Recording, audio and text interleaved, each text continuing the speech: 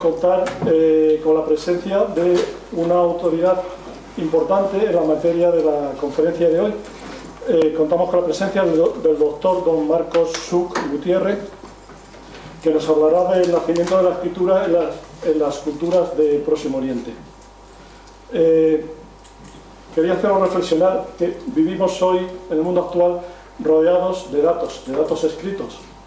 Desde la infancia vivimos sumergidos en el mundo de la escritura, y si cabe hoy día más todavía, ya que los jóvenes, gracias a la tecnología de la telefonía móvil, pues casi diría yo que utilizan tanto los mensajes escritos como la conversación verbal, ¿no? Eso sí, con una escritura que recuerda un poco a las temáticas de los primeros tiempos de la civilización, pero bueno, son mensajes escritos. Y entonces no nos damos cuenta de que realmente nos parece algo natural la escritura, pero no existió siempre, fue una gran invención de la humanidad. Yo me atrevería incluso a decir que fue un invento revolucionario a nivel de los seres vivos. Por primera vez un ser vivo podía transmitir toda su experiencia, todo su conocimiento a sus descendientes, incluso más allá de la muerte y sin la necesidad de su presencia física, y perdurable generación tras generación.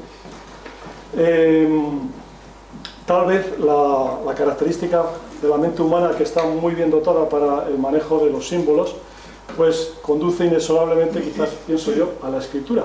Y de hecho la escritura surgió en diferentes partes del mundo de forma independiente, eso sí, en diferentes momentos históricos. Así surgió, por supuesto, en Mesopotamia, que va a ser el objeto de la conferencia del profesor Marcos Such de hoy, en Egipto, en general en todo el Oriente Próximo, surgió en China, surgió en Mesoamérica, pero ya digo, en diferentes momentos históricos. A la antigua cultura de los sumerios, en la Baja Mesopotamia, le cabe el honor de haber sido los primeros iniciadores de esta técnica, de la escritura. Aunque bueno, esto también siempre ha sido objeto de encendidos debates entre asiriólogos y egiptólogos, pero yo creo que se puede decir que sí que es así, que es la más antigua, sí, la escritura cuneiforme de los sumerios.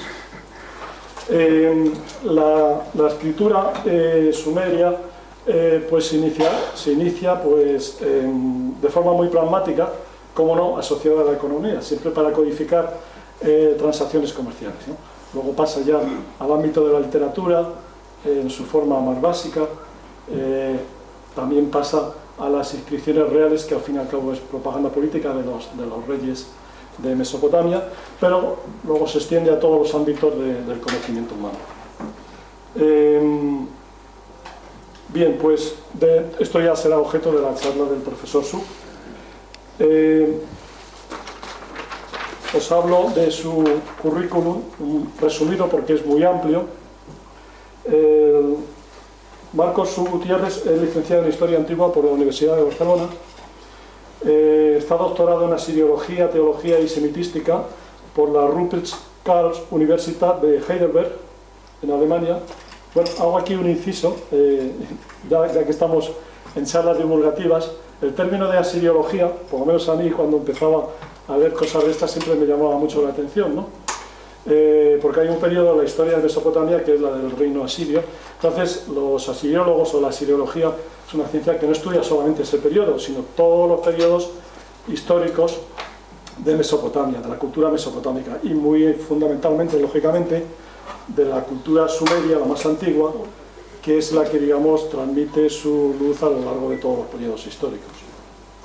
Y otra cosa que quería deciros, bueno, a raíz de que el profesor es doctor en una universidad alemana, así como en egiptología los pioneros fueron franceses, ingleses, franceses fundamentalmente, en el tema de la arqueología seria de Mesopotamia han sido los alemanes, ¿no? Que también acudieron allí franceses, ingleses, Milbotá, tantos otros, pero iban buscando los hallazgos llamativos, los tesoros de los míticos palacios de Khorsabad, de los reyes de Sargón II, de Sennacherib, de Surbanipal, pero fueron los alemanes, sobre todo Koldewey, el que inició una arqueología sistemática, sobre todo entregó los mejores de sus años de su vida al estudio arqueológico de Babilonia, ¿no? y por eso hay tantos textos específicos de esta cultura, de los escritos de cuneiforme en alemán, ¿no? El doctor también es profesor desde el año 2007 en la Universidad Autónoma de Madrid, en el Departamento de Filología Clásica. Ha participado en los siguientes proyectos ya finalizados: Proyecto Leibniz sobre la ciudad de Sur, entre los años 2000 y 2001, la edición de las tablillas neosumerias de la ciudad de Umma, conservadas en el British Museum de Londres. Entre los años 2002-2004, informatización del corpus de tablillas administrativas de la escritura cuneiforme de la época neosumeria, es decir, de los años 2100 a 2000 a.C. Actualmente participa como investigador principal en los siguientes proyectos: catalogación, edición y estudio de las inscripciones reales del tercer milenio a.C. en el British Museo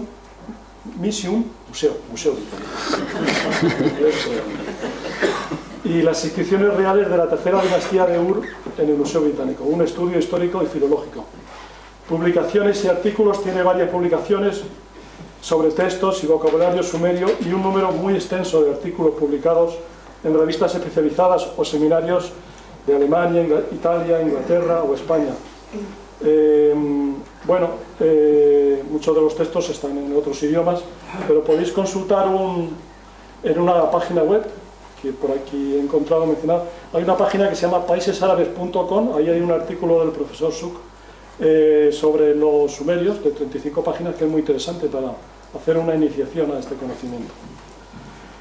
Asimismo, ha participado en numerosos congresos, entre los cuales podemos citar Lenguas en Contacto de la Antigüedad a la Edad Moderna, organizado por el Instituto de Filología del CSIC, la Escuela de Traductores de Toledo y la Universidad de Castilla-La Mancha en el año 2003. El 52 Encuentro Asiriológico Internacional en la Universidad de Münster en el año 2006, el 54 Encuentro Asiriológico Internacional en la Universidad de Bournemouth en el año 2008, quinto Congreso Español del Antiguo Próximo Oriente en el año 2009, 56 Encuentro Asiriológico Internacional en la Universidad de Barcelona en el año 2010. En fin, en resumen, el profesor Marcos Suk es hoy día a nivel mundial una referencia obligada en asiriología y en particular en el estudio y interpretación de los textos cuneiformes de la antigua cultura sumeria. Y sin más, ya le dejo y le damos la bienvenida.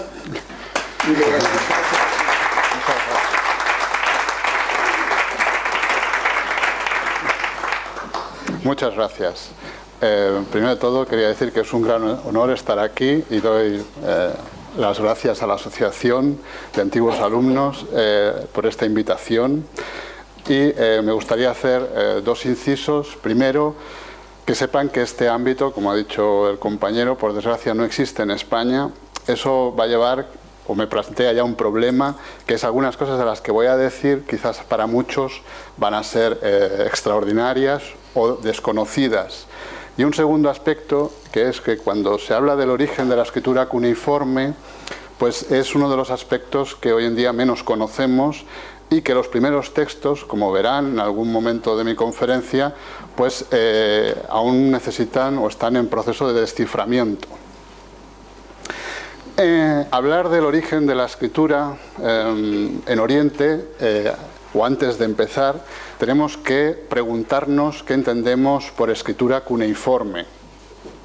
El término escritura cuneiforme se acuñó en el siglo XVIII en Europa a raíz de viajeros que traían desde el Próximo Oriente objetos que tenían inscripciones, como este que ven aquí, que está en el British Museum, y estos primeros europeos que vieron estos textos se fijaron que había unos signos y estos signos estaban constituidos por unas cuñas o clavos, ese al menos es el aspecto externo, y de ahí, utilizando un término latino compuesto de cuneus, que quiere decir cuña o clavo, y forma, es decir, forma de cuña, es decir, textos en forma de cuña. Pues así surgió en el siglo XVIII el término escritura cuneiforme. Esta escritura cuneiforme fue descifrada en el siglo XIX, en un largo proceso, y en el siglo XX surgió, sobre todo gracias a los alemanes, lo que es la siriología, que es la ciencia que estudia todas las culturas que nos han llegado a través de esta escritura. Hoy sabemos que esta escritura apareció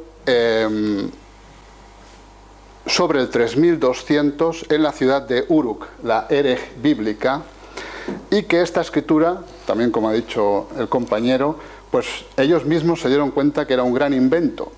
Y esta escritura se difundió rápidamente por todo el Próximo Oriente. Si en el 3200 la encontramos por primera vez documentada en el sur de Mesopotamia, en la ciudad de Uruk, sobre el 3000 la encontramos ya en el área de lo que es el actual Irán, utilizada por los predecesores de los elamitas, que los tenemos constatados a partir de mediados del tercer milenio en esta zona. En el 2500 la encontramos en Ebla, en la zona de Siria, utilizada por los eblaitas para escribir su lengua, que pertenece a las lenguas semíticas, es decir, a la misma familia que pertenecen el árabe y el hebreo.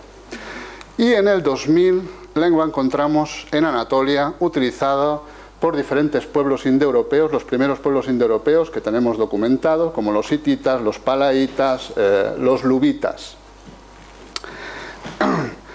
Esta escritura, curiosamente, como verán, aunque les puede parecer una escritura compleja, no es tal, tiene sus ventajas. A finales del segundo milenio se deja de utilizar en el área de Siria, se deja de utilizar en el área de Anatolia, pero se va a mantener en la zona del actual Irán y en la zona de Mesopotamia hasta aproximadamente el 75 después de Cristo, cuando tenemos el último texto datado, que es un texto astronómico procedente de Babilonia, que está actualmente en el British Museum. Si miran 3200 primeros textos cuneiformes en Uruk, 75 después de Cristo, nos da un margen cronológico de más de 3000 años, que es mucho más de lo que tiene nuestro propio sistema de escritura, el sistema latino. Con eso ya ven la tragedia que hay en España de renunciar a todos estos estudios. Como he dicho, una cosa es la escritura cuneiforme, otra las culturas que emplearon esa escritura. Aquí les he puesto las 11 culturas o 11 lenguas que hasta el presente tenemos documentadas con esta escritura. Las suelo organizar en 3 bloques. Uno es familia desconocida. Eso quiere decir que estos 4 lenguas, el sumerio, el elamita, el hurrita, el urarteo, son miembros únicos de su familia, es decir, que hasta el presente no conocemos, a pesar de muchos intentos que han hecho diferentes estudiosos, sobre todo con el sumerio, no conocemos otro miembro de esa familia. Más informados estamos sobre estas 2 familias, de las cuales tenemos hoy en día una amplia representación. Las lenguas semíticas, que como saben, a este grupo pertenecen el árabe y el hebreo. Aquí pues tendríamos el acadio, el eblaíta y el ugarítico. Y después lenguas indoeuropeas. A esta familia pertenece la lengua que ahora estoy utilizando para comunicarme con ustedes, o sea, el español. Pues a este grupo pertenecen el hitita, el luvita, el palaíta y el persa antiguo. Es decir, si cuentan, hasta el momento tenemos estas 11 lenguas o estas 11 culturas que utilizaron este sistema de escritura.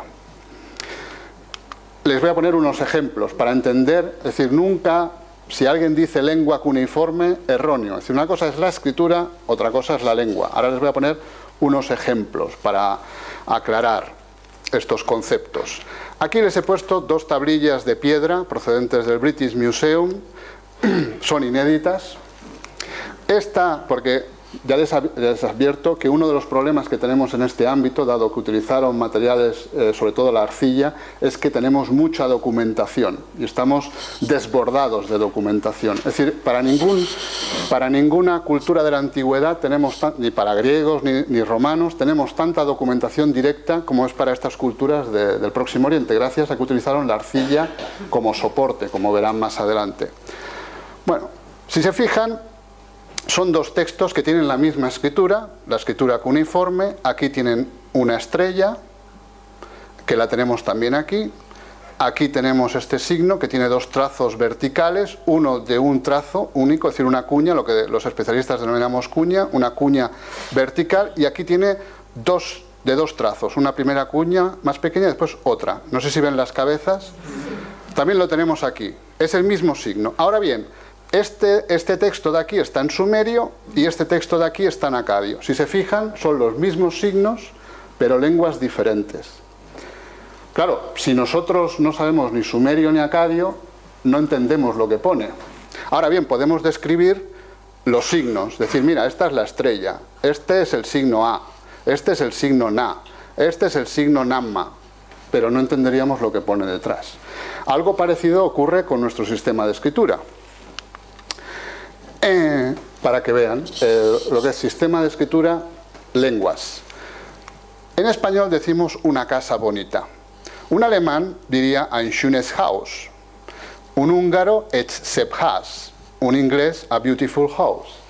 Si se fijan, si vamos a suponer que nosotros no sabemos húngaro, pero podemos deletrear, ¿no? Diríamos una E, una G, una Y, pero claro, no sabríamos lo que pone, ¿no?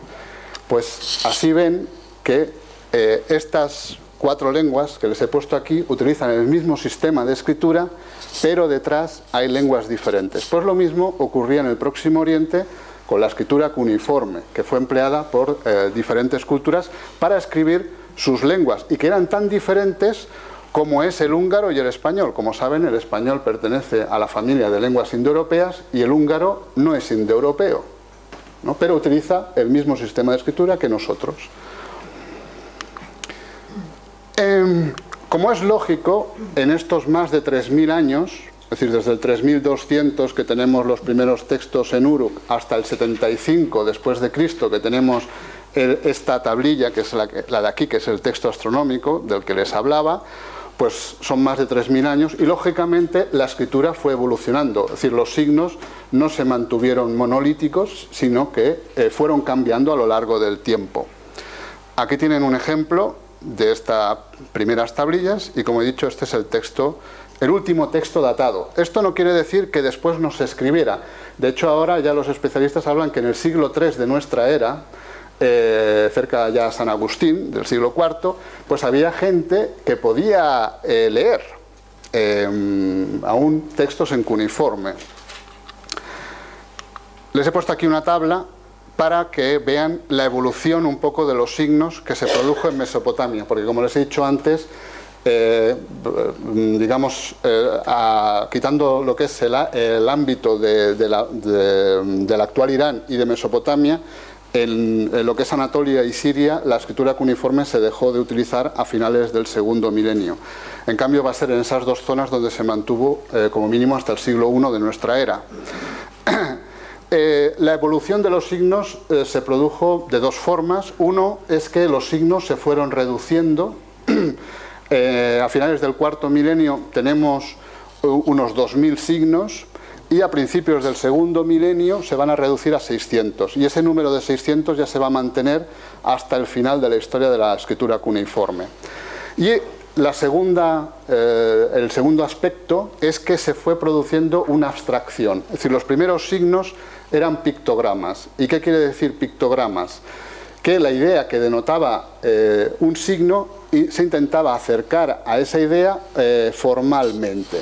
Así, por ejemplo, el primer signo, que es la cabeza, ven que a finales del cuarto milenio pues es una cabeza, todo el mundo lo reconocería, pero si nos vamos al siglo VIII antes de Cristo, pues el signo se ha abstraído de tal forma que, aunque significa cabeza, ya formalmente no representa una cabeza. Eso es lo que se llama un proceso de abstracción. Por ejemplo, tenemos, no sé, otros signos, como puede ser este de la vaca, que se va evolucionando, y en el siglo VIII pues ya no tiene nada que ver con una vaca, es decir, nadie diría que es la cabeza de una vaca, ¿no? Es decir, estos, digamos, son las dos características en la evolución de la escritura cuneiforme: una reducción del número de signos y, por otro lado, que los signos se van abstrayendo. Los signos cuneiformes tuvieron siempre dos valores o dos usos. Uno, que podríamos decir ideográfico, y otro fonético. ¿Qué significa eso? Que un signo, pues como he dicho, el de cabeza, que hemos visto antes, pues ideográficamente representa la idea, de ahí el término ideográfico, de cabeza. Pero ese signo también podía ser utilizado fonéticamente, es decir, el signo se vaciaba de su contenido semántico y se utilizaba con los fonemas cabeza, ¿no? Pero ya no tenía nada que ver con la idea de cabeza. Ahora les pongo unos ejemplos, no se asusten. Por ejemplo, les he puesto una frase en sumerio: a, lugalá. Si se fijan, este es el signo que teníamos en las dos inscripciones que le he puesto, ¿no? Que de los dos trazos, bueno, uno vertical y después de dos cuñas, ¿no? Que quiere decir en sumerio agua. Y aquí les he puesto la agua del rey. Aquí está utilizado el signo A, que es el nombre que tiene este signo, para designar agua, es decir, está utilizado ideográficamente. Pero en la frase aquí, E2A, que quiere decir en casa, aquí A es el caso locativo, lo que equivaldría al castellano la preposición en, y no tiene nada que ver con agua, ¿no? Sino que da la idea de en, de ubicación en un lugar. Por eso EA quiere decir en casa. Esto, por ejemplo, lo podemos hacer con nuestro sistema de escritura, porque nosotros también utilizamos ideogramas, aunque no lo creamos, o que no seamos conscientes de ello. Por ejemplo, los números son ideogramas. Este signo, el 2, si lo pongo aquí, dos árboles, lo estoy utilizando ideográficamente, con la idea de dualidad, ¿no? Porque si se fijan, yo este signo también lo podría, le pongo un complemento fonético, una O, y quiere decir segundo. Pues bien, este signo lo puedo utilizar, aparte de ideográficamente aquí, fonéticamente, es decir, le vacío su contenido semántico, y aquí cómodos.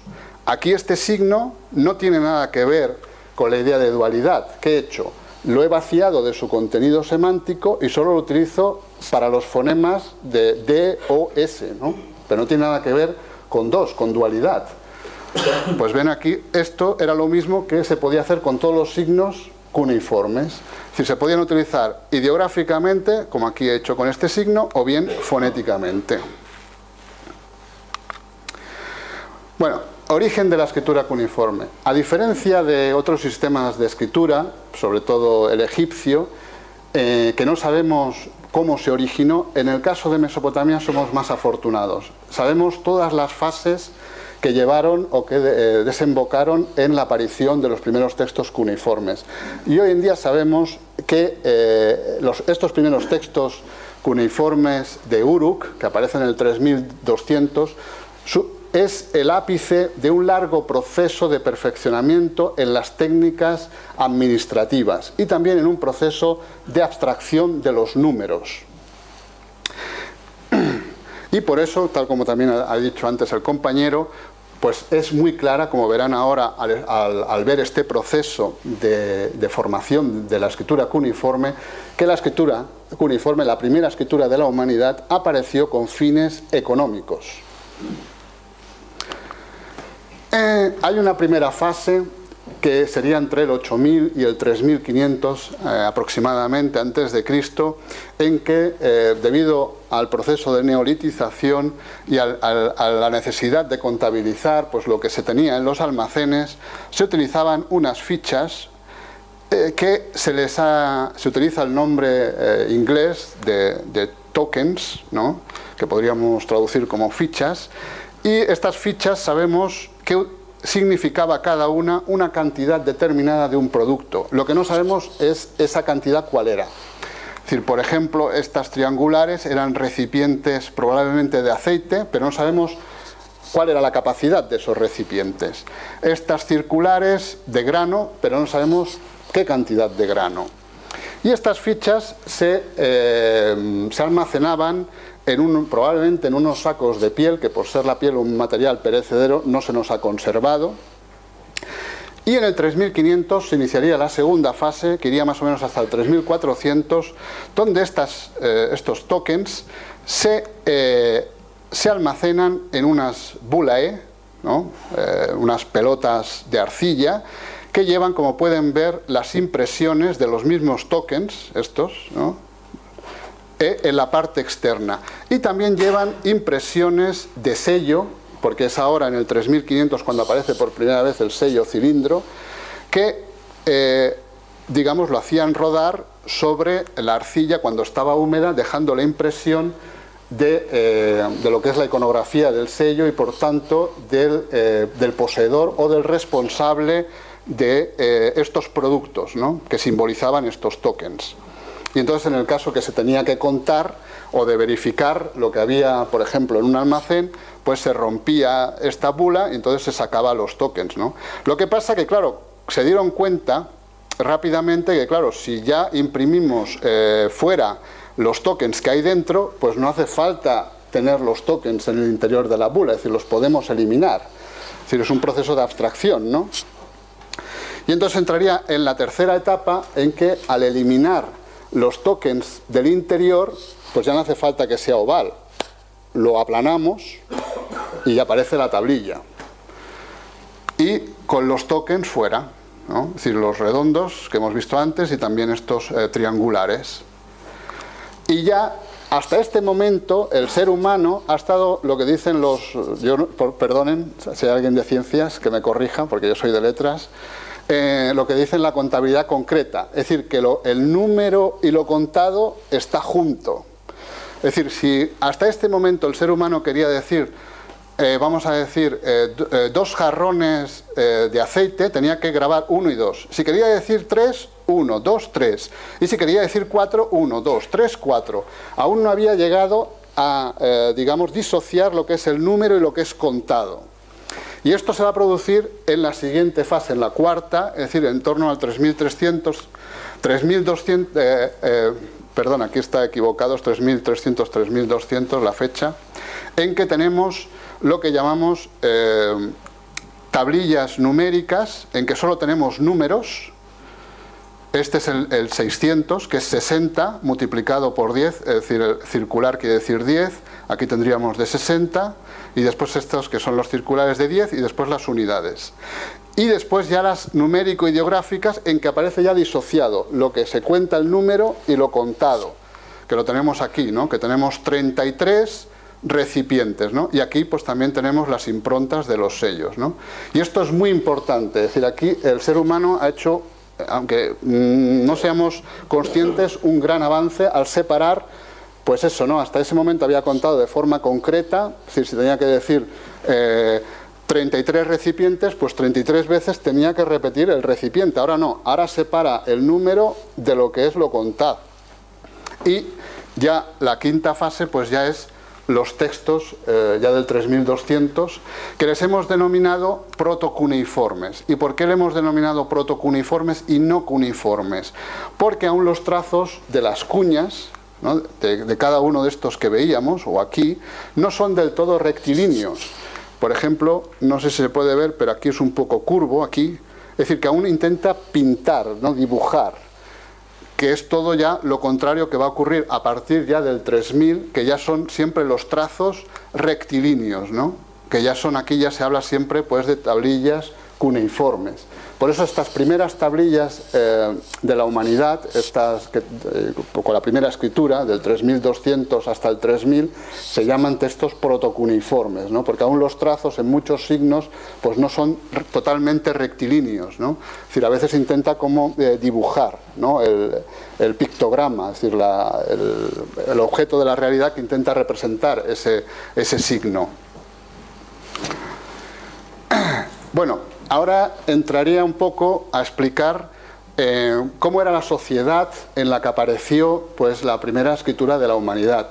Como saben, estos primeros textos los tenemos en Uruk, Y esta es una vista del Tell de Uruk, y como saben, Uruk fue excavada por los alemanes.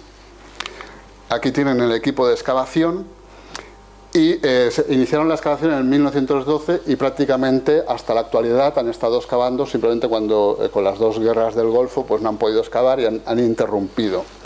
Y bueno, es interesante resaltar este señor que está aquí, que aunque no lo conozcamos, pues Adam Falkenstein, que es el padre de la sumerología moderna, que fue profesor en Heidelberg. Por eso Heidelberg es donde fui a estudiar, porque es un centro de primera línea mundial en cuanto a la sumerología, porque estuvo él de profesor, y tenía aquí 20 años apenas, aún no había acabado la tesis doctoral, pero ya apuntaba a, bueno, a altas hazañas, ¿no? Como digo, a convertirse en el padre de la sumerología moderna. Los alemanes excavaron, el Tell no está completamente excavado, se centraron sobre todo en lo que denominamos el Eanna. ¿Y esto qué es? Pues es el recinto sagrado de la diosa Inanna, que era la diosa principal de esta ciudad. Es decir, cada ciudad tenía, aunque había un politeísmo, pero tenía una divinidad principal, la que veneraban más, y en el caso de Uruk era la diosa Inanna. Ahí encontraron diferentes grandes edificios, porque se ha discutido mucho si eran templos, si eran palacios. Templos debían de haber, pero bueno, arqueológicamente es difícil diferenciarlos. Y donde encontraron más textos es en esta zona, que lo denominaron lo que era el edificio rojo. El total de los textos que han encontrado los alemanes son unos 5.000 textos. El problema de estos textos, que están datados en el 3200, 3100, es que se utilizaron como material de construcción. Es decir, a finales del cuarto milenio se hizo una gran construcción. Estos edificios que ven aquí los construyeron o los reconstruyeron y utilizaron tablillas como material de construcción. Igual que en nuestras catedrales se utilizaron inscripciones latinas, pues ellos utilizaron tablillas. ¿Eso qué quiere decir? Que estas tablillas, que las estamos datando en el 3200, por el estrato en el que ha aparecido, en realidad fueron redactadas mucho antes, ¿no? Es decir, que es un términos antequem, ¿no? Estos 5.000 textos que hallaron los alemanes, y pues los he dividido en 4 grupos. Textos administrativos, que son la gran mayoría, dado que, como ya he dicho, la escritura aparece con fines económicos. Pero es muy interesante que tenemos textos escolásticos, es decir, de los escribas, de las personas que querían aprender a escribir. Es decir, que ya tenían pues escuelas, por así decirlo. Tenemos también listas lexicales, que son las primeras enciclopedias de la humanidad, que recogen o intentan clasificar todas las realidades que existen, es decir, animales, plantas, cerámicas. Es decir, podemos decir que son las primeras enciclopedias de la humanidad. Y después, probablemente, el primer texto literario de la humanidad, pero que, como verán cuando se lo enseñe, está en proceso de desciframiento. Es un texto complejo. Esto, bueno, un ejemplo de texto administrativo o texto económico. Esto, ejemplo de textos escolásticos. Los textos escolásticos, en toda la historia del cuneiforme, es decir, los textos que hacían los aprendices, que aprendían a escribir, suelen ser circulares. Si ven un texto circular en un museo, pueden decir con un 99% de posibilidades, sin margen de error, de que se trata de un texto que ha hecho alguien que está aprendiendo a escribir. Por ejemplo, aquí está practicando un signo, que es el signo ti, ¿no? Lo está repitiendo, pum, pum, pum, pum, pum, pum, ¿no? Ejemplo de listas lexicales, de estas primeras enciclopedias de la humanidad. Bueno, no se ve muy bien, por desgracia. Esta es la lista de profesiones, ¿no? Que clasifican, empiezan con el cargo más alto y van disminuyendo hasta el último, ¿no? Y esto es muy importante porque, como verán después, cuando hablemos de la estructura social que había en Uruk, en esta ciudad donde aparece la escritura, pues esta lista nos da mucha información pues, de cómo eran los diferentes niveles dentro de la sociedad, cómo estaba estructurada la sociedad. Otro texto, este es el de recipientes y objetos, que bueno, por desgracia no se ve, pero bueno, empieza con un signo que si lo vieran, pues es claramente representa una cerámica. Entonces, bueno, aparecen pues diferentes cerámicas. Esta es lista de árboles y objetos de madera. Esta se ve mejor. Perdonen que las otras no se vean bien. Y bueno, este por ejemplo, aquí sí que lo ven, es muy fácil reconocer una lista lexical porque siempre tiene este signo que es el 1. No sé si ven esta cuña aquí. Esto es el 1. No sabemos por qué lo ponían siempre en cada uno de los, vamos a llamar, de los cajones dentro de una columna, y después el objeto de madera o el árbol, ¿no? En este caso. Y después del 1 sigue este signo como un rectangulito, que este es el signo gish en sumerio, que quiere decir madera, que era determinativo, utilizado para todos los objetos de madera o para todos los árboles, ¿no? Entonces ya digo, si ven una gran lista, un gran texto de este periodo con que el 1 se va repitiendo, pueden decir, sin margen de equivocación, esto es una lista lexicada. Bueno, este es uno de los ejemplos porque se han encontrado muchas. Como ven, esta está rota, pero como tenemos muchos ejemplares, pues se ha podido reconstruir la parte que faltaba, ¿no? Hasta tener cómo sería todo el texto. Estas listas lexicales se utilizaban en la escuela para aprender a ser, para ser escriba, y era una forma pues de practicar, de ellos copiaban, pues igual que cuando alguien empieza a escribir que copia nombres, pues copiaban pues estas listas, ¿no? Y así practicaban lo que es el arte de la escritura cuneiforme.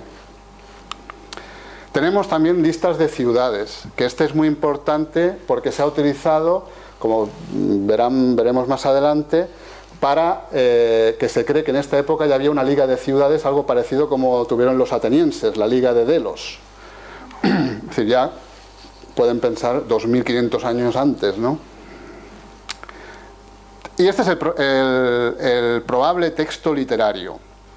Este, por desgracia, tampoco se ve muy bien, pero si se fijan, no es una lista porque tiene más números.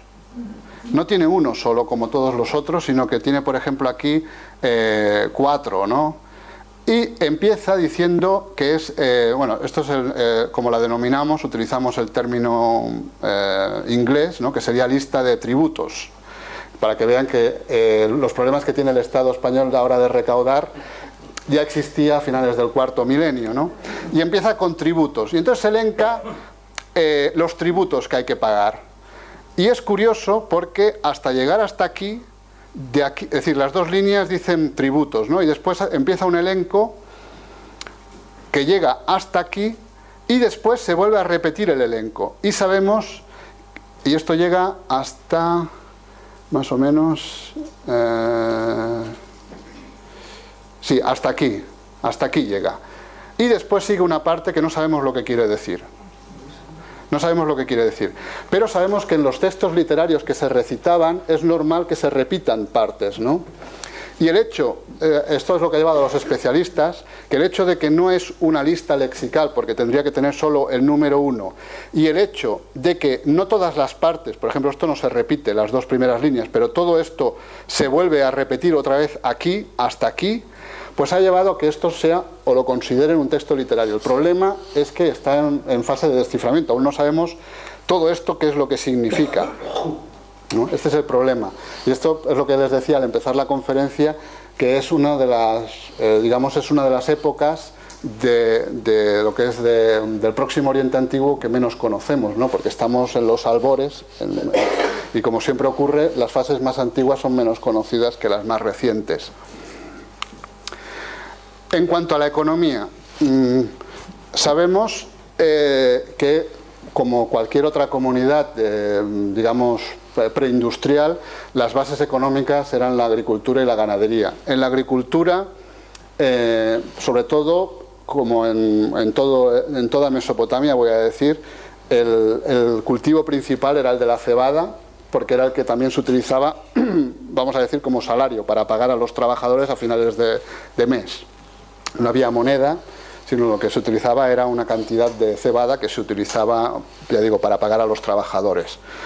Pero en Uruk, y es algo que va a durar a lo largo de toda su historia, era sobre todo, más que la agricultura, la ganadería. Y bueno, les he puesto aquí un friso del templo de Ninhursag, que es de Eridu, no es de Uruk, pero bueno, es interesante porque más o menos es de la misma época, 3300, y aparecen unas personas pues haciendo leche a partir de las vacas. Pero sobre todo, más que el ganado mayor, lo que va a jugar un gran papel es el ganado menor, las ovejas, los terneros, por la leche y por la lana. Y este texto que ven aquí es muy importante porque también nos habla de impuestos. Que ven que nosotros no, los problemas que tenemos ya los tenían ellos antes. Y es curioso que este texto, que no llegamos a entender en su totalidad tampoco, es decir, es claro que aparecen unos números y aquí hay unas hembras, ovejas, estos serían terneros, y estos los añales, es decir, los que han nacido en el año. Y esto sería el nombre del pastor, y aquí tenemos los totales. Por estos totales sabemos que hay 55, entonces aquí si tenemos 10, 20, 25, nos faltan 30. Es decir, tenemos aquí 30 ovejas y 25 terneros. Y aquí la cantidad aparece de la cantidad de mantequilla que ha de pagar este pastor al Estado, en este caso al templo de Leana, de Inanna. Y es curioso que es 1,5, es un recipiente, esto es un recipiente, un kisim, que se llama en sumerio, 1,5. Y por otros textos sabemos que la cantidad que tenía que pagar anualmente es proporcional al número de ovejas. En este caso son 30 y siempre es por cada 20 ovejas hay que pagar un recipiente kisim. El problema que tenemos es que no sabemos la capacidad de este kisim, pero tenía que ser bastante grande porque esto es de un año, tal como se indica aquí, que este es el signo para año, ¿no? Y estos son los animales jóvenes que han nacido en ese año, ¿no? Que aquí aparecen 10 añales, y aquí si cuentan 1, 2, 3, 4, 5, 1, 2, 3, 4, 5, son 10. Pues este texto muestra un poco, pues ya digo, que cada año cada pastor tenía que contar los animales que tenía, cuántos adultos, cuántos jóvenes, y tenía que hacer un pago, en este caso al templo, pues en proporción a las hembras que tenía, ¿no? Si tenía, ya digo, cada 20 un recipiente kisim, ¿no? Y también es curioso que la proporción de jóvenes también es siempre 1/3 de las hembras, ¿no? Es decir, que si tenemos 30, pues aquí es 10, ¿no? Y siempre coincide, suele ser los animales jóvenes que nacían al año, era siempre, o solía ser casi siempre 1/3. Como ven, este texto que parece muy aburrido o poco importante, es que como un recibo de los que tenemos en casa, la gran información que se puede extraer. Bueno, en cuanto a la estructura social, ya les he dicho que un elemento importante que tenemos para estudiar la estructura social de Uruk a finales del cuarto milenio es esta lista de profesiones y las dos primeras entradas o las dos primeras profesiones que aparecen es esta palabra tan rara, Nam Gishita o Nam Eshda y Nam Hub, que esto sería lo que podemos denominar monarca, pero entre comillas, ahora verán por qué. Y esto sería el canciller, el encargado, que sería el segundo en el Estado, de lo que es todas las relaciones exteriores, ¿no? Vamos a llamar como el ministro de Asuntos Exteriores, ¿no? Después seguirían los trabajadores, que eran denominados kur, si eran varones, y munus, si eran hembras, y después los esclavos, que tenemos 11 si eran esclavos masculinos, y gemedos si eran esclavas.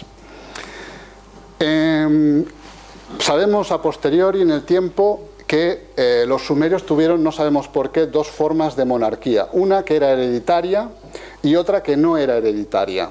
algo que hoy en día también se postula para nuestra monarquía.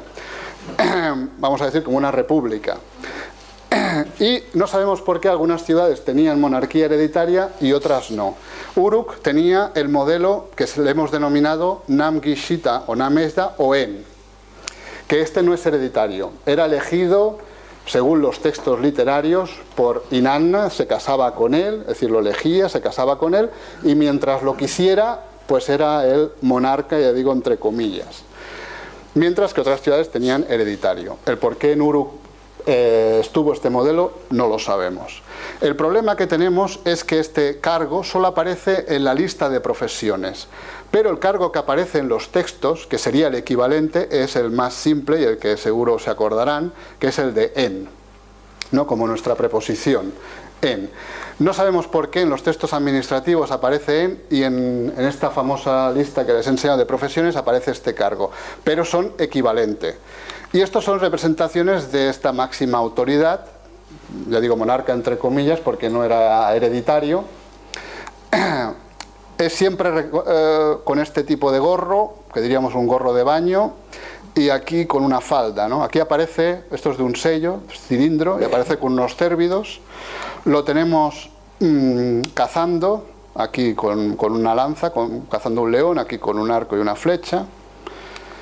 Y también lo tenemos en la más famosa representación religiosa o festividad más importante que nos ha llegado, iconografía, que es este vaso de Uruk, donde lo tenemos aquí. Aquí tenemos a la diosa Inanna, que es la primera representación que tenemos de ella, que es fácilmente reconocible porque las divinidades en Mesopotamia tenían cuernos, los reflejaban con cuernos. Quizás desde donde están ustedes no se ve, pero si nos acercáramos verían que tienen aquí unos cuernos. Y es curioso que este recipiente está aquí representado dos veces. Y esto sería la puerta del templo y le está haciendo las ofrendas a la diosa. Y aquí están los servidores que traen los diferentes productos. Es interesante que en el mundo sumerio siempre hay que leer las representaciones de abajo arriba, no de arriba abajo, como haríamos nosotros, ¿no? En cuanto a la religión y la Liga Sumeria, porque verán que está relacionado, y ya con esto voy a intentar acabar. Como he dicho, la principal divinidad es la diosa Inanna, y tenemos diferentes textos que tienen... que hablan de lo que podríamos decir de ofrendas a la diosa Inanna, y hay un sello que por desgracia no lo hemos encontrado, pero se ha conservado la impronta en diferentes tablillas que se ha podido reconstruir, y este sello menciona un grupo de ciudades que empieza con la primera, porque claro, hay que mirarlo en negativo, ¿no? La impresión nos quedaría en la izquierda. Empieza con la ciudad de Ur, después le sigue la ciudad de Larsa, después le sigue la ciudad de Nippur, después le sigue la ciudad de Uruk, y bueno, así sucesivamente. Y lo que es curioso es que este elenco, simplemente estas dos intercambian posición. Acuérdense, Ur primera, Uruk cuarta. En la lista que les he dicho de lugares, tenemos en el primer lugar Ur, después estas dos que alternan, Nippur, Larsa, en el sello Nippur estaba detrás de Larsa, aquí está delante, y después Uruk. Es decir, sigue el mismo elenco o forma de ese sello. Y eso es lo que ha llevado a los especialistas a que en esta época había una liga que englobaba diferentes ciudades sumerias, y que una de las tantas finalidades, por lo menos la que conocemos, era la de proporcionar ofrendas a la diosa Inanna, y que por tanto la sede de esa liga o la capital de esa liga sería Uruk. Y bueno, eso es todo. Muchas gracias por su atención.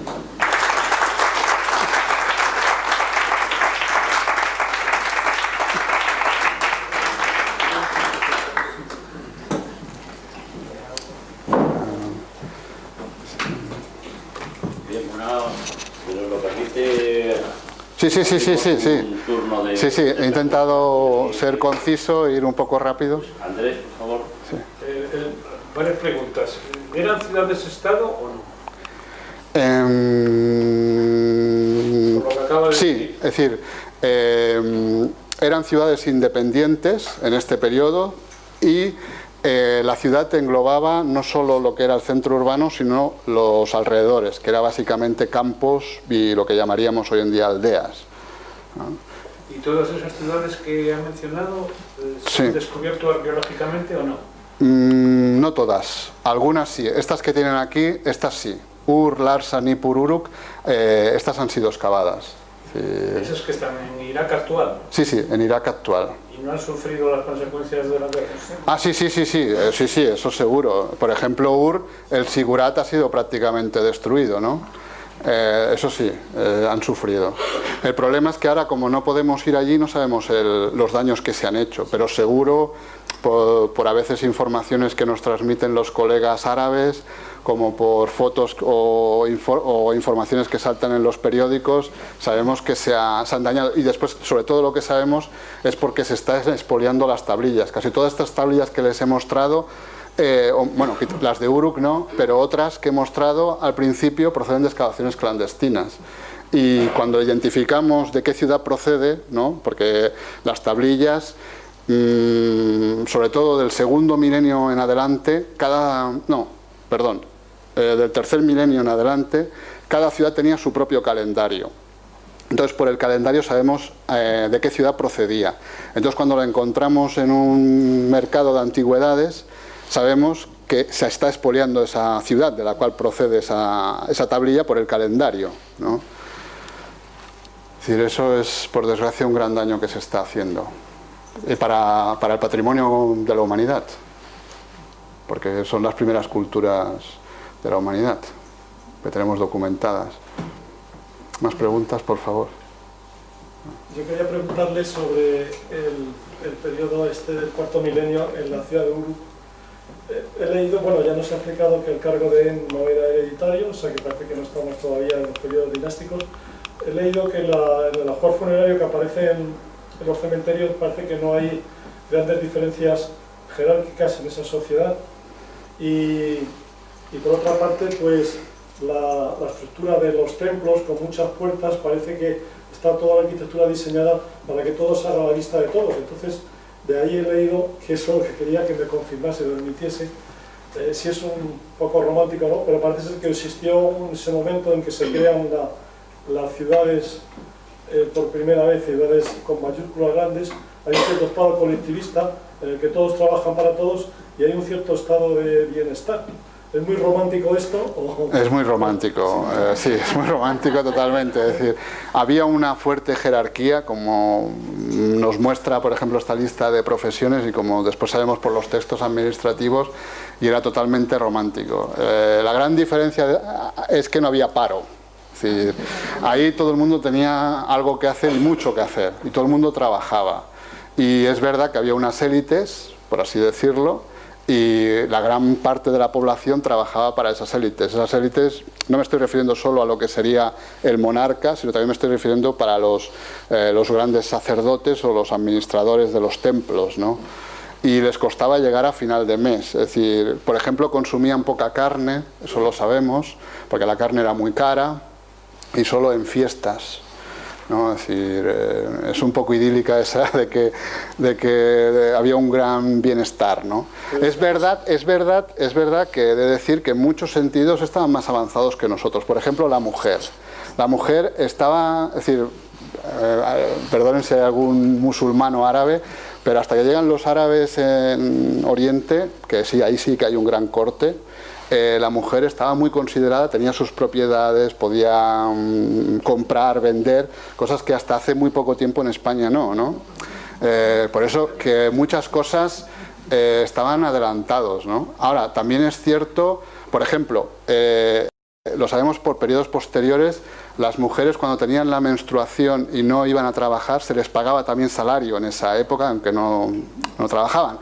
Es decir, por eso le estoy diciendo que o cuando tenían un hijo, aunque el hijo no era productivo, daban también una ración para el hijo, ¿no?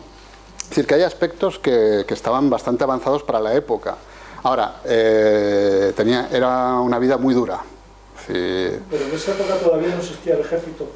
No, en esta época no. No era de leva, digamos, en cuanto si había guerra, pues entonces iban los varones, ¿no? Y se reclutaban, pero no había un ejército permanente. Eso llegará probablemente entre el 2300 con Sargón, es decir, en el periodo sargónico.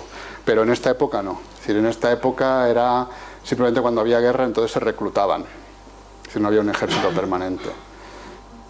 Oye, ¿en esa lista de profesiones viene también la clase sacerdotal?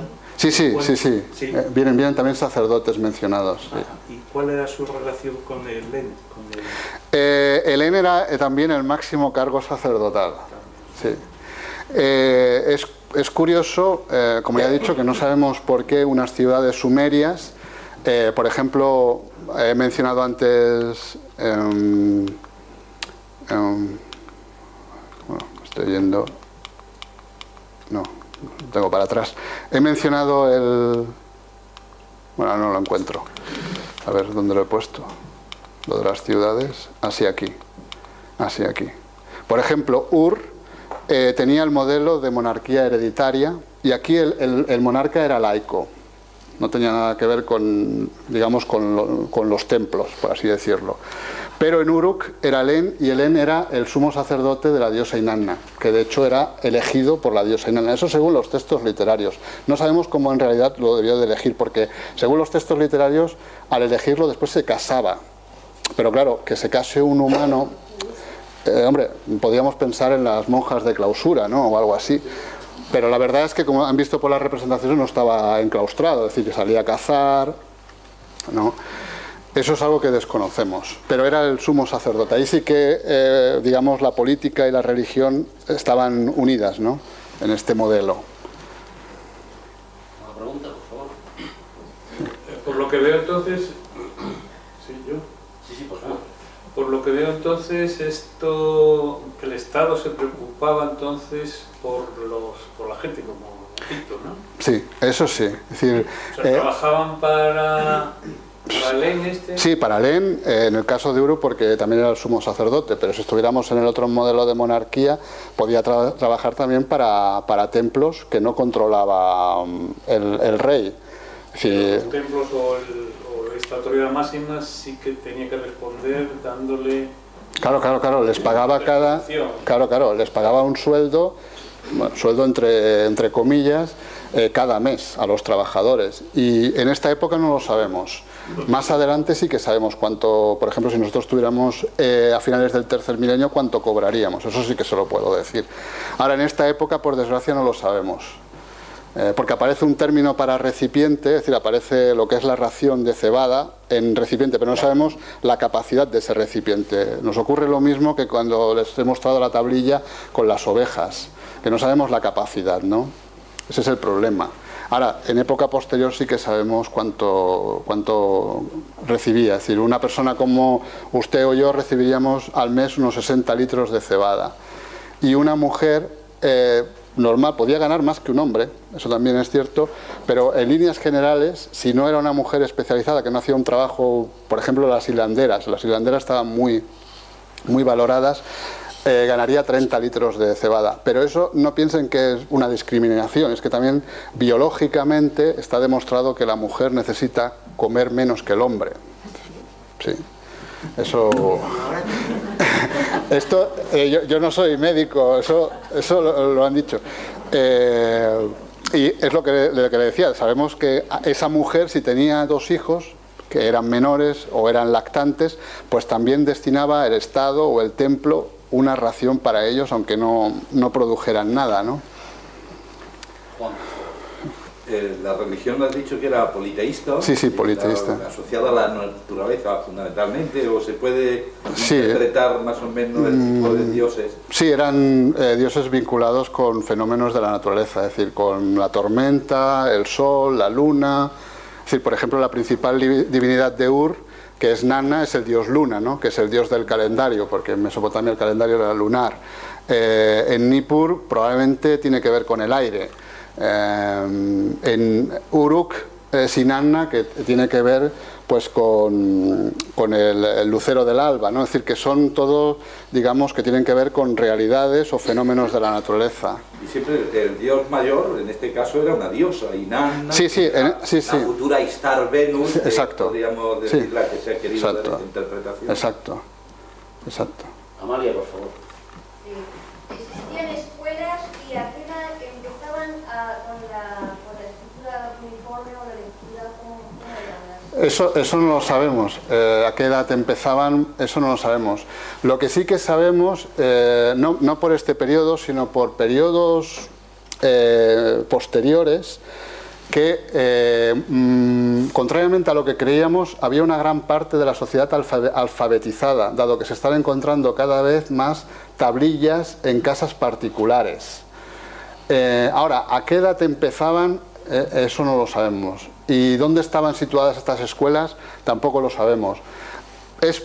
Como este corpus de textos, de estos 5.000, procede digamos, del templo de Leana, es muy probable que estuviera dentro del mismo templo.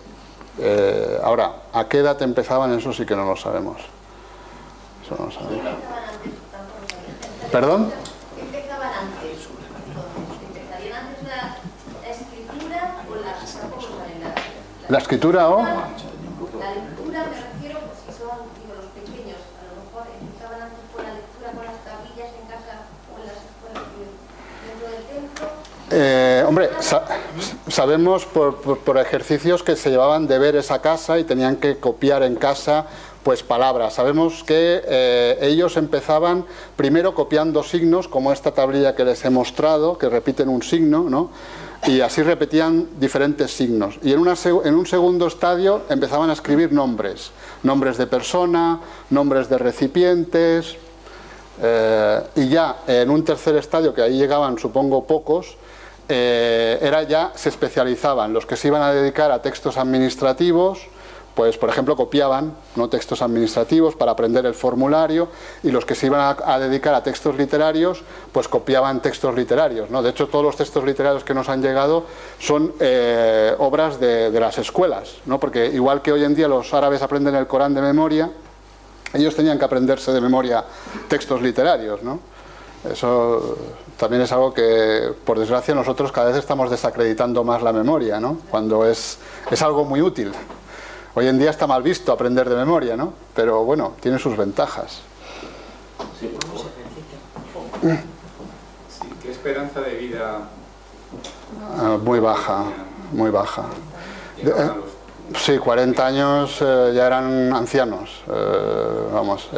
De hecho, tenían muchos hijos, y sabemos también, porque no en este periodo, porque en este periodo estamos peor informados o tenemos menos información, pero podemos seguir estas listas de raciones a lo largo de años, ¿no? Y tenemos reconstruidas las familias, y había una alta mortalidad, ¿no?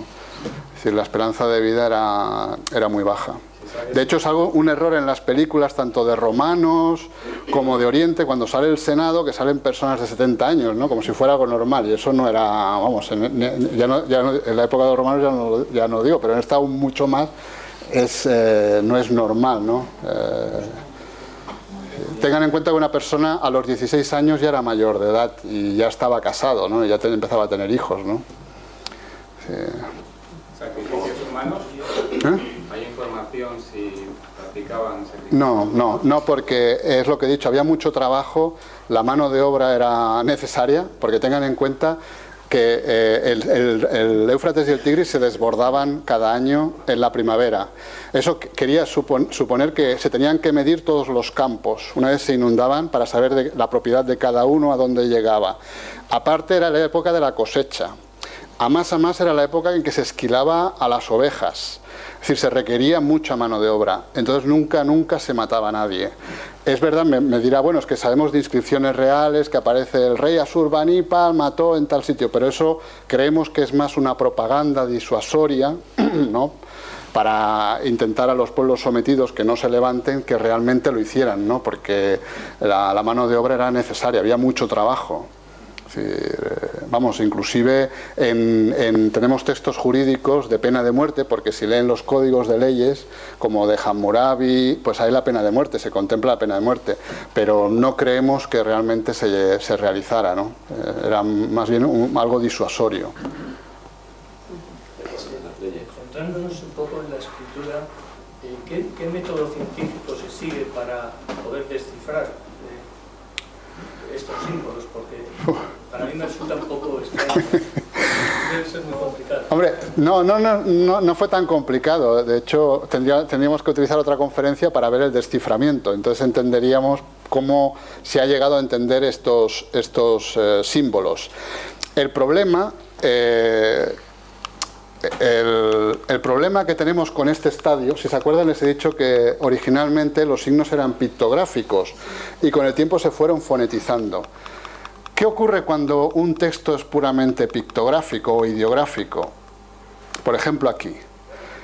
Es totalmente ideográfica esta escritura. Claro, yo leo aquí 2 árboles porque soy español, pero un inglés diría 2 trees, un alemán es zwei Bäume, es decir,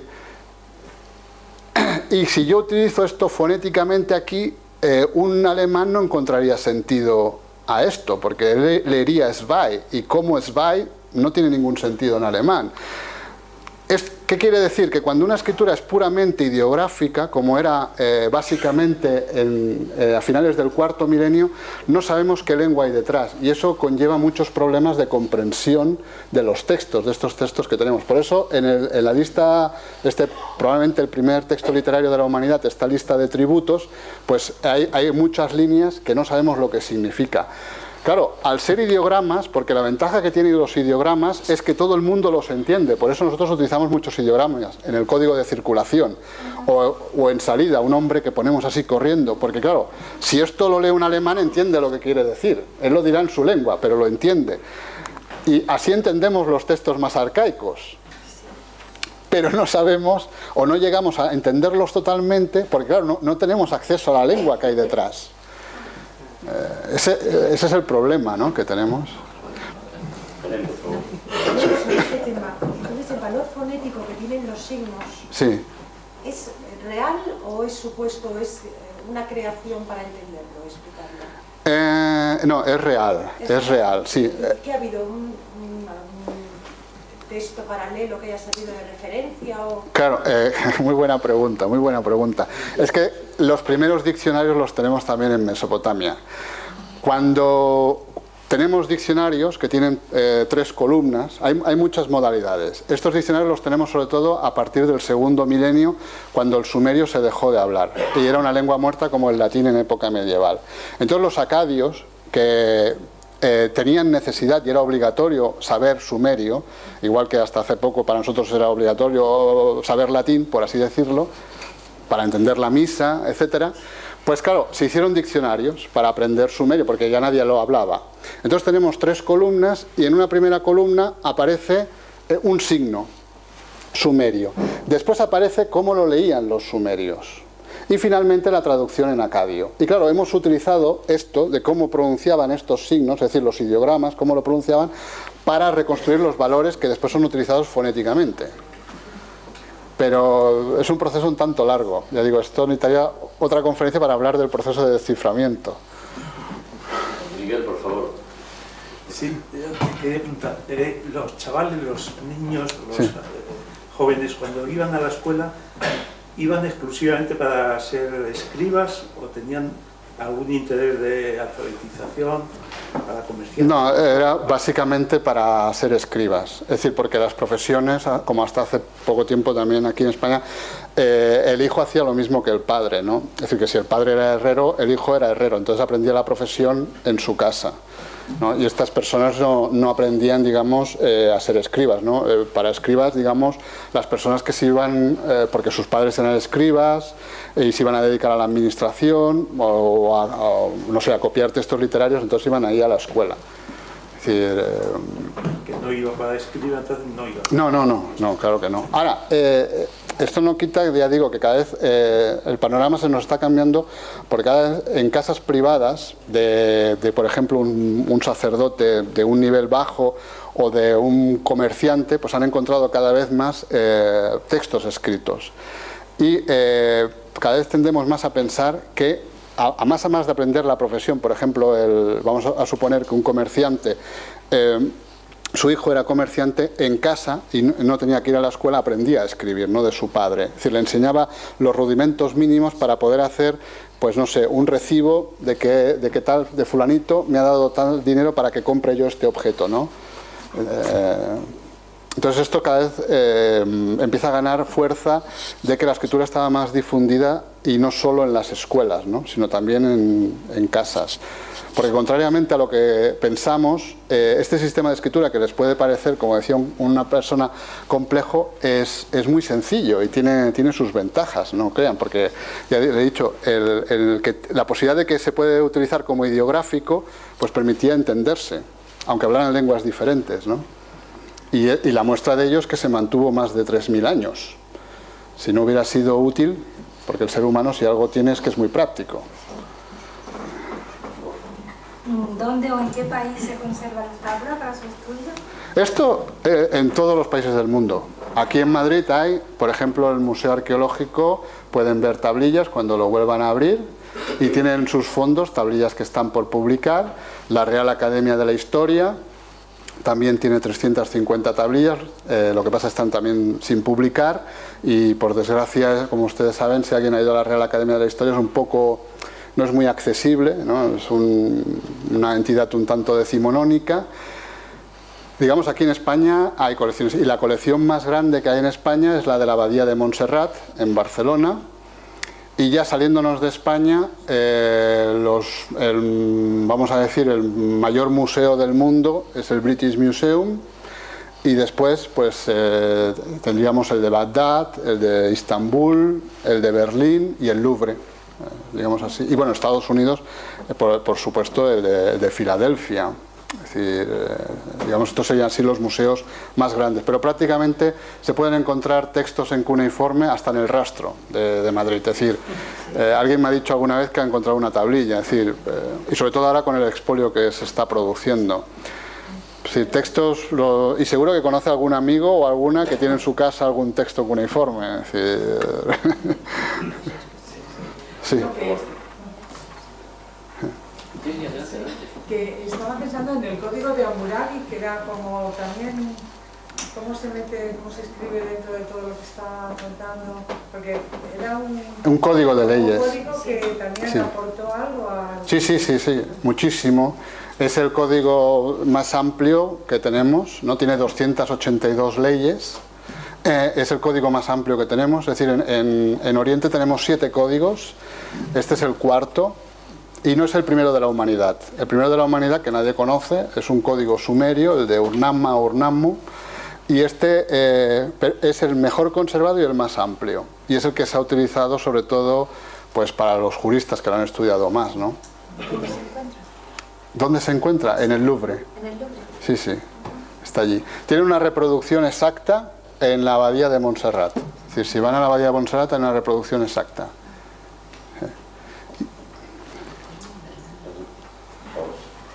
Quería preguntarle, ha dicho que había textos literarios. ¿Hasta qué punto literarios? ¿Literarios como los conocemos hoy? Sí. Este bueno, que le he puesto del primero de la humanidad, que bueno, he escogido con pinzas porque está por descifrar en gran parte, ¿no? Nos basamos, ya he dicho, en que tiene una repetición que sabemos por todos los textos literarios posteriores, porque los textos literarios se recitaban. Entonces, al recitarse, como cualquier texto que se recita, se repite en partes, ¿no? Entonces, en esa repetición se han basado los especialistas. Pero posteriormente, sobre todo lo que son sumerios, que tenemos... Porque claro, cuando la lengua ya se deja de hablar y se tiene miedo de perder esa tradición, se empiezan a poner por escrito, sobre todo a partir del segundo milenio, ¿no? Porque es cuando ya el sumerio se deja hablar. Y ahí tenemos, por ejemplo, la epopeya de Gilgamesh, ¿no? Es decir, lo que entenderíamos ya como un texto literario en que se narran pues, las hazañas de un héroe, ¿no? En este caso, Gilgamesh.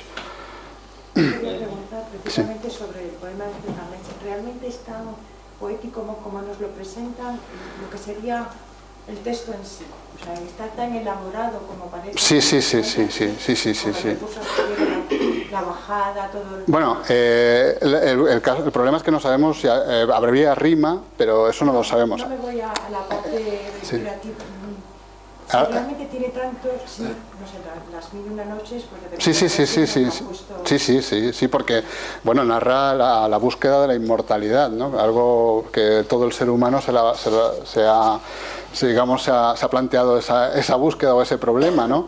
Y entonces, bueno, narra pues diferentes hazañas, ¿no? Como conoce a Enkidu, cómo van al bosque de cedro, matan a Jubaba, que es el guardián del cedro, ¿no? Después vuelven a Uruk, la diosa Inanna Ella le propone matrimonio, él dice que no, se enfada. Es decir, es una narración de un gran valor artístico literario, digamos. Ahora, con todo esto de la literatura, el problema que tenemos es lo que habría poemas y habría rima, pero eso no lo sabemos, porque cómo lo pronunciaban exactamente no lo sabemos, ¿no? Pero debía de haber. Ahora, en cuanto a contenido, es de una gran importancia, ¿no? Y después por la influencia que ha tenido posterior, porque Hércules, los trabajos de Hércules, en cierta forma es un poco... es decir, porque estas culturas nos han dejado un gran legado. Tengan en cuenta que la palabra mezquino en castellano viene del acadio. Yo pensaba que era del árabe.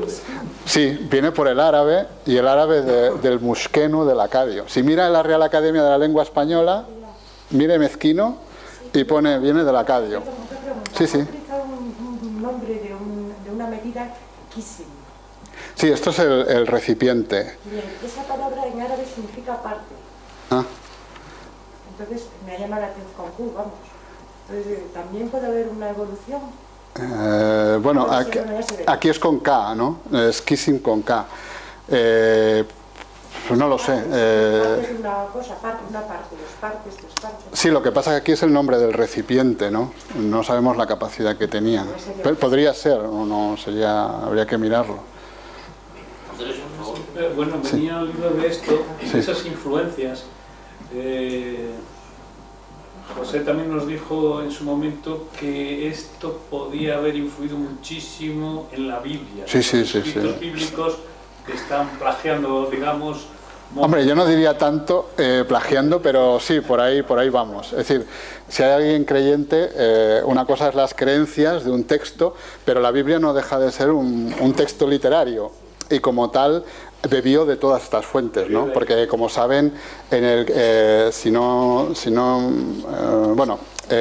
Nabucodonosor II el que toma Jerusalén y se lleva prisioneros a los judíos a Babilonia. Estuvieron viviendo hasta que Ciro II los liberta, ¿no? Por eso Ciro II ha pasado en la Biblia como un liberador y Nabucodonosor como un demonio, ¿no?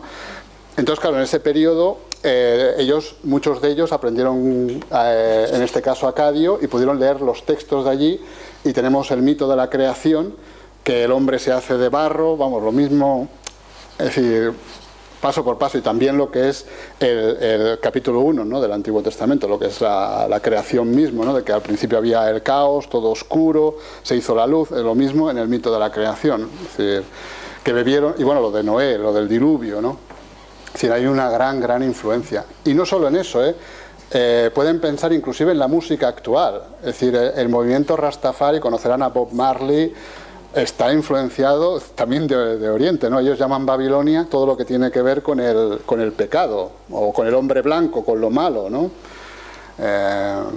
Y bueno, hasta la misma Madonna, ¿no?, que se autodenomina The Whore of Babylon, ¿no?, la prostituta de Babilonia, ¿no? Porque es curioso que Babilonia, en la música clásica, por ejemplo Nabucco, de Verdi, no tiene este aire peyorativo, pero en lo que es en la música popular ha pasado a ser, pues eso, la ciudad de la maldad, ¿no? Y es, bueno, pero influencias en todo lo que ustedes se pueden imaginar. Por ejemplo, cuando ahora miremos la hora, esto de la hora dividido en 60 minutos, lo que es el sistema sexagesimal, esto lo descubrieron los sumerios. Es decir, cada vez que miren la hora, piensen en los sumerios, ¿no? Es decir, les podría decir 100.000 ejemplos, ¿no? Y por eso es una desgracia que todo este mundo no se estudie en la universidad, ¿no? Es el gran legado que nos ha dejado. Yo tenía un par de preguntas. Una es sobre la escritura. Me parece que en la escritura jeroglífica de los egipcios, pues aparte de los símbolos silábicos, tenían también símbolos simples, de sonidos simples, o sea, prácticamente como las letras del alfabeto fenicio. Y quizás se mantenía esa complejidad por la tradición, pero sobre todo para que los escribas siguiesen viviendo bien. Es decir, que no estuviese tan accesible al pueblo. En la escritura cuneiforme y la sociedad sumeria pasaba algo parecido. También tenían símbolos simples con los cuales podían... No, nunca lo tuvieron. Se mantuvieron con 600 signos, como he dicho, a partir del segundo milenio, se mantuvieron con esos 600 signos hasta el 75 después de Cristo, que es el último texto datado, y nunca lo que es el alfabeto, es decir, un signo, un fonema, eso nunca lo llegaron a descubrir. Es curioso que conocían los alfabetos, el alfabeto arameo lo conocían, pero ellos siguieron con sus 13 y con este sistema que a nosotros nos puede parecer tan complejo. Es decir, nunca tuvieron eso, un alfabeto, ¿no? Y que lo utilizaran. Es decir, lo que tuvieron fueron silabogramas. Es decir, el signo utilizado ideográficamente y también como sílabas, ¿no? Es decir, con valor fonético. Pero aquello de desarrollar un signo, un fonema, no, eso nunca llegaron. Y la segunda pregunta es sobre ya las costumbres sexuales, la sexualidad en Mesopotamia. Era una sociedad menos puritana que la actual. ¿Nos puede hablar un poco sobre las fiestas de la diosa Inanna? Bueno, puritana... ¿A qué se refiere puritana? A ver. Yo sé que, por ejemplo, los egipcios, pues algún papiro pornográfico no tienen... Generalmente no representan de forma explícita el acto sexual. No, ahí sí. Sí. Tenga en cuenta que nosotros lo que nos ha mediatizado es la Iglesia, el mundo católico, pero antes vivían la sexualidad con una gran naturalidad y tenemos muchas representaciones. Por ejemplo, sabemos que un sitio donde practicaban sexo era en las cervecerías. Es decir, tenemos representaciones de mujeres bebiendo y un hombre por detrás. Es decir, eso lo habrán visto, ¿no? Que tenemos bebiendo con una paja, una mujer, un hombre, ¿no? Es decir, que no había tabú, es decir, el sexo no era tabú. Y, por ejemplo, algo que aún les sorprende aún más es que el arado, todos son nombres de genitales, ¿no? Algo que hoy nos escandalizaría un poco de poner, no sé, a lo que es la reja, la cuchilla, de ponerle pene, ¿no? Bueno, o más burdamente, ¿no? Yo digo pene por ese tabú que tenemos por el problema de la Iglesia, ¿no? Que eso nos ha mediatizado. Entonces la sexualidad la vivían con mucha naturalidad, no con los problemas que tenemos o que hemos tenido ciertas generaciones. Lo que sí que no estaba permitido era, o tenían problemas, era la homosexualidad, tanto masculina como femenina. Eso no estaba bien visto y estaba castigada, según los códigos de leyes y también algunos textos legales que hemos encontrado.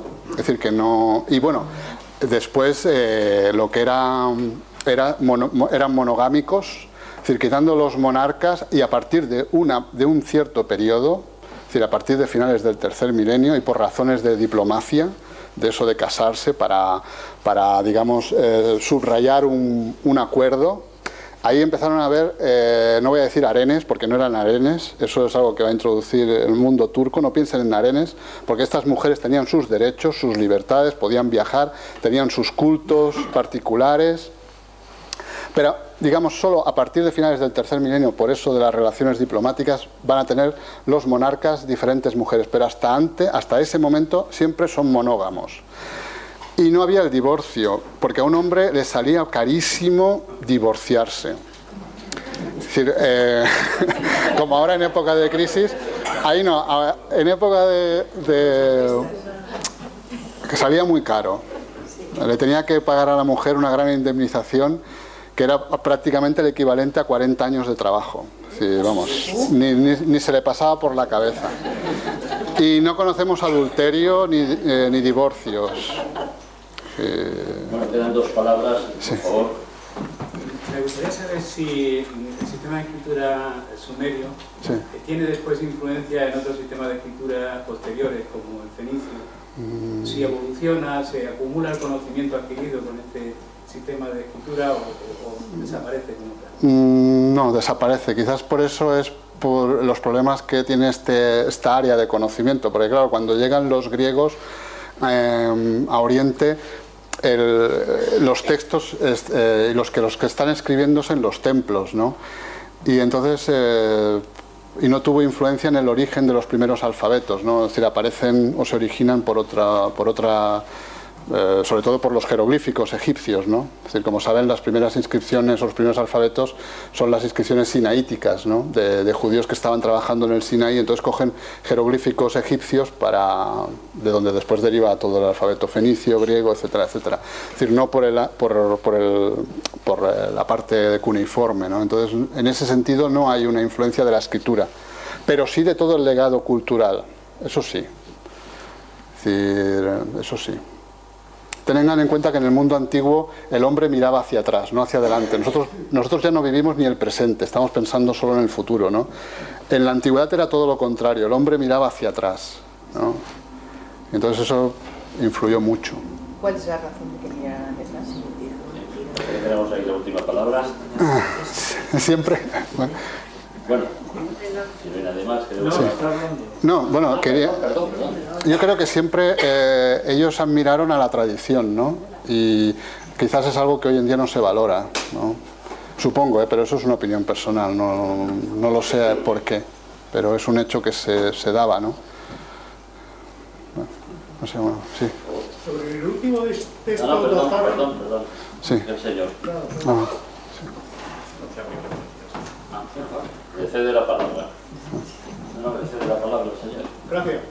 Sobre el último texto datado, es un texto astronómico, pero que es una cosmogonía, es un mapa... No, son observaciones de los planetas. Es decir, como saben, los primeros textos astronómicos los tenemos en Mesopotamia. De hecho, en el mundo clásico, caldeo es sinónimo de astrólogo, astrónomo, y este texto pues es de las observaciones astronómicas de las posiciones de los diferentes planetas. Para el sistema sexagesimal, para ir completando. Sí, claro, ellos conocían el sistema sexagesimal, que también se aplica en la astronomía, ¿no? Una circunferencia, por ejemplo, tiene 360 grados. Ellos sí tenían algún mapa, ¿verdad? Sí. También todas las ciencias se originaron en Mesopotamia. Es decir, por ejemplo, los primeros planos de arquitectos, si hay algún arquitecto, los tenemos ya en el tercer milenio, ¿no? Con las medidas de cada habitación, los nombres, también los primeros planos geográficos, los tenemos también en Mesopotamia. Es decir, todas las ciencias se originaron en Mesopotamia. De hecho, a diferencia de que, por ejemplo, lo digo por experiencia particular, los de filología clásica siguen pensando que todo se originó como un champiñón allí en Grecia y tal, los científicos, los de ciencias, cada vez miran más a Oriente para buscar los orígenes. Ya no miran en Grecia, ¿no? Sino que, por ejemplo, el famoso teorema de Pitágoras lo tenemos ya en Mesopotamia mucho antes de Pitágoras. Es decir, si miran una enciclopedia verán, se cree que el creador del teorema de Pitágoras fue Pitágoras. Eso es una mentira. Pitágoras mucho antes ya lo tenemos en Mesopotamia, ¿no? Y así muchísimas cosas, matemáticas, ecuaciones, por ejemplo, también. Ya le digo, los científicos cada vez nos piden colaboración con nosotros, porque claro, nosotros somos de letras, por desgracia, y no entendemos muchos textos. Y también les pedimos a ellos colaboración para poder estudiar esos textos astronómicos, geográficos, matemáticos.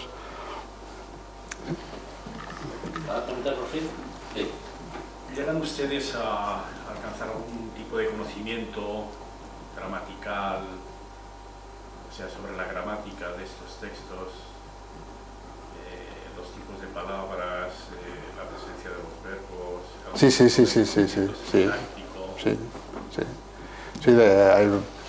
Puede consultar, hay muchas gramáticas de sumerio, es decir, la lengua la conocemos. No en estos estadios, como ya le he dicho, tan antiguos, porque como todos son ideogramas y pictogramas, pero más adelante que ya tenemos signos utilizados fonéticamente que marcan casos, ¿no? Pues, porque claro, es decir, hay dos, esto yo no soy lingüista, pero si hay alguien que sea lingüista sabe que la fonetización de una escritura, hay dos elementos que influyen básicamente. Uno es la necesidad de indicar marcadores de caso, es decir, cosas que no existen en la realidad, que son abstractos. Entonces, claro, hay que fonetizar para indicar eso, ¿no? Y el otro es cuando un pueblo ajeno a la creación de esa escritura adopta esa escritura, ¿no? Y entonces tiene que escribir cosas en su propio idioma, pero claro, que no había sido pensada originalmente esa lengua, esa escritura para esa lengua, ¿no? Entonces los acadios, cuando cogen la escritura, pues se va a producir con ellos una gran fonetización, ¿no?, de esa escritura. Entonces, gracias a eso, pues ya le digo, puede mirar en Google, hay muchas gramáticas de sumerio y bueno, de acadio también. Bueno, cerramos el turno de palabra con Andrés. Únicamente decir, han descubierto en todas esas 5.000 tablillas algo, entre comillas, extraordinario, ¿o no? Extraordinario. Algo que le interese al público hacer con nosotros. No sé, depende, que supongo que habrá muchos intereses, ¿no? Claro. No, de Gilgamesh, por desgracia, no tenemos aún identificado ninguno, ¿no? Estos textos están en proceso de estudio, ¿no? Y bueno, ya han visto que queda mucho por estudiar. Y hasta el momento no tenemos el mito, la epopeya de Gilgamesh ahí en este estadio, identificado. Porque está pensando ahora tipo los rollos estos del Mar Muerto, ¿no?, que de repente salen ahí, pues, evangelios apócrifos. No, de momento, no, a ese nivel no. Pero, por ejemplo, lo que ha salido ahora recientemente, que se publicó el año pasado, es que la Torre de Babel, la famosa Torre de Babel, ahora ya sabemos cuántos escalones tenía, ¿no? Sí.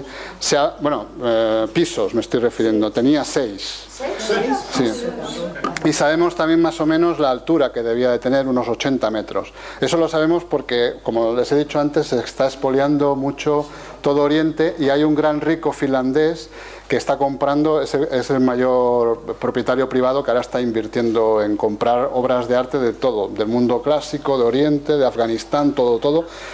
Y compró una estela que aparece en Nabucodonosor II, representado junto a lo que es el Sigurat de Marduk, que es donde se inspiró la Torre de Babel bíblica. Y ahí aparece pues dibujada, y ahora sabemos pues los escalones que tenía, ¿no? Es decir, los pisos, perdón, que tenía, ¿no? ¿Y 80 metros? Sí, más o menos, es lo que se calcula. Bueno, sí, seguramente debía de ser lo que era el Sigurat de Babilonia, debía de ser la Torre de Babel, ¿no? Babel, Babilonia, es decir, ya, digamos, fonéticamente se aproxima. Si no, ¿qué podría ser? Si no es el Sigurat de Marduk en Babilonia. Aparte, sabemos que allí estuvieron los judíos, el rey judío estuvo allí prisionero. Si hay alguna pregunta más o... Pues muchas gracias, o sea, ha sido muy